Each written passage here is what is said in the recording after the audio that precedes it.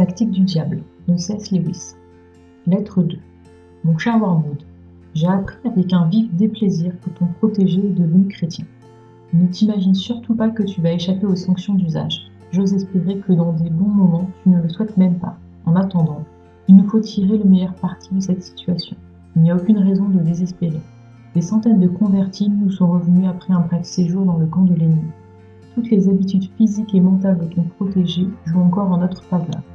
Pour l'instant, l'Église elle-même est l'un de nos alliés les plus sûrs. Mais comprends-moi bien, je ne parle pas de l'Église que nous voyons s'étendre dans l'espace et dans le temps, qui est enracinée dans l'éternité et qui est aussi terrible qu'une armée encore de bataille. Ce spectacle-là, je dois l'avouer, met mal à l'aise même nos tentateurs les plus hardis. Mais, fort heureusement, il est caché aux yeux des hommes. Tout ce que voit ton protégé, c'est l'édifice en fou gothique qui se dresse, à moitié achevé, dans le nouveau lotissement. Quand il y entre, il voit l'épicier du coin se précipiter au-devant de lui et, avec ses manières onctueuses, lui remettre un petit livre luisant d'usure et contenant une liturgie que ni l'un ni l'autre ne comprennent, ainsi qu'un autre petit recueil défraîchi de textes corrompus d'une poésie religieuse, souvent du plus mauvais goût, imprimé en très petits caractères. Quand il prend place sur son banc et jette un coup d'œil sur son entourage, il aperçoit justement ceux de ses voisins qu'il a pris soin d'éviter jusqu'alors. Tu peux t'appuyer très utilement sur ces derniers. Fixe son attention tantôt sur des expressions comme le corps de Christ, tantôt sur le visage des gens qui sont assis autour de lui.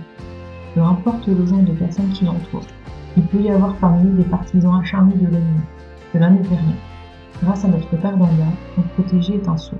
Il suffit que l'un de ses voisins chante faux, que ses chaussures craquent, qu'il ait un double menton ou des vêtements bizarres pour qu'il soit prêt à trouver ridicule la religion dont elle est. Au stade où il en est, l'idée qu'il se fait du chrétien est avant tout visuelle, bien qu'il la croie spirituelle.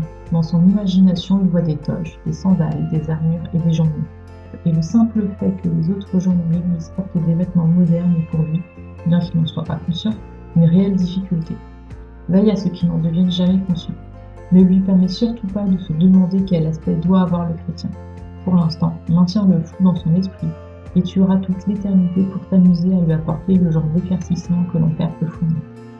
Exploite à fond chacune des déceptions et des contrariétés que ton protégé ne manquera pas d'éprouver durant ses premières semaines de vie dans l'Église. L'ennemi permet ce genre de déconvenu au seuil de chaque nouvelle réforme.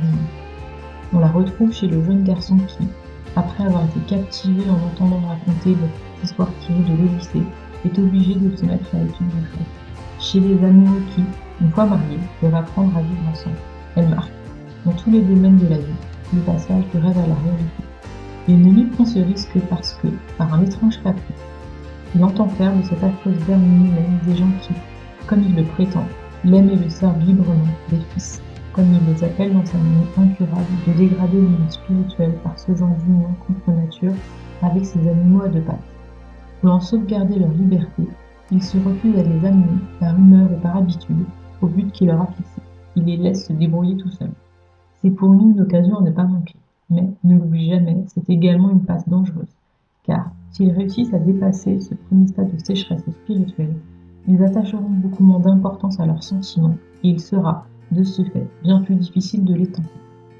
Je t'ai écrit jusqu'à présent en présumant que les gens dans l'Église ne donnaient prise à aucune critique justifiée. Si, au contraire, ton protégé apprend que la femme au chapeau bizarre est une fanatique du bridge et l'homme aux chaussures qui craque un avare et un extorqueur, ta tâche se trouvera considérablement simplifiée. Tout ce qu'il te restera à faire, c'est d'empêcher qu'il ne fasse le raisonnement suivant. Puisque moi, malgré ce que je suis, je peux me considérer comme un chrétien, je ne vois pas pourquoi les défauts des autres gens de l'Église prouveraient que la piété est hypocrite ou purement formaliste. Tu te demandes, peut-être, s'il est possible d'empêcher l'esprit humain d'élaborer une idée aussi logique. Oui, voire non, certainement. Manœuvre bien, mais une telle pensée ne l'éclairera même pas. Il n'a pas été assez longtemps dans le camp de l'ennemi pour avoir pu acquérir la véritable humilité. Ce qu'il dit, même à genoux, de son état de péché, il le répète comme un perroquet. Dans son fort intérieur, il a la conviction qu'à la suite de sa conversion, un important solde de créditeurs figure à son compte dans le grand livre de l'ennemi. Et il pense faire preuve de beaucoup d'humilité en condescendant à s'asseoir sur les mêmes bancs d'église des gens ordinaires et prétentieux. Maintiens-le dans cet état d'esprit aussi longtemps que tu le pourras. Ton oncle affectionné.